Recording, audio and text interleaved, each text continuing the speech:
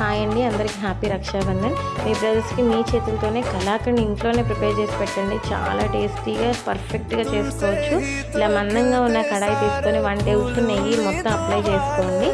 అప్పుడు 1 litre cream milk తీసుకొని ఇలా ఒక పొంగు వచ్చేదాకా హైలో పెట్టుకొని తర్వాత అంతా మీడియంలో పెట్టుకొని మరిగించుకోండి.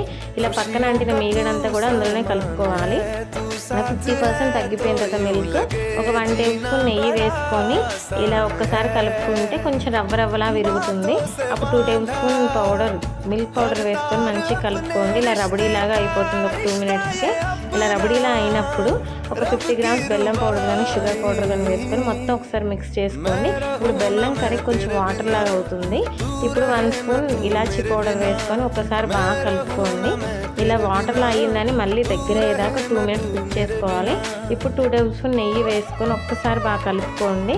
ఇలా ప్యాన్ సపరేట్ అయ్యేదాకా కుక్ చేసుకొని ఇంకా రెడీ అయిపోయినట్టు ఒక బాక్స్లో నెయ్యి అప్లై చేసుకొని దాంట్లో ఈ రబడీ అంతా వేసేసుకోండి. ఎంత టేస్టీగా ఉంటుందో మీరు నమ్మలేరండి. పర్ఫెక్ట్గా చేసుకోవచ్చు. తక్కువ ఇంగ్రీడియంట్స్ బట్ ఓపిక ఎక్కువగా కావాలి. ఇలా స్ప్రెడ్ చేసుకొని క్యాష్యూస్ కానీ పిస్తాస్ కానీ పెట్టుకొని ఒక ½ అవర్ పాటు వదిలేయండి. తర్వాత ఒకసారి కట్ చేసుకొని పీసెస్ లాగా సర్వ్ చేసుకోండి. చాలా టేస్టీగా ఉంటుంది. కొంచెం స్వీట్ షాప్ స్టైల్లో వస్తుంది. సో మీరు కూడా ఖచ్చితంగా ట్రై చేయండి, టేస్ట్ చేయండి.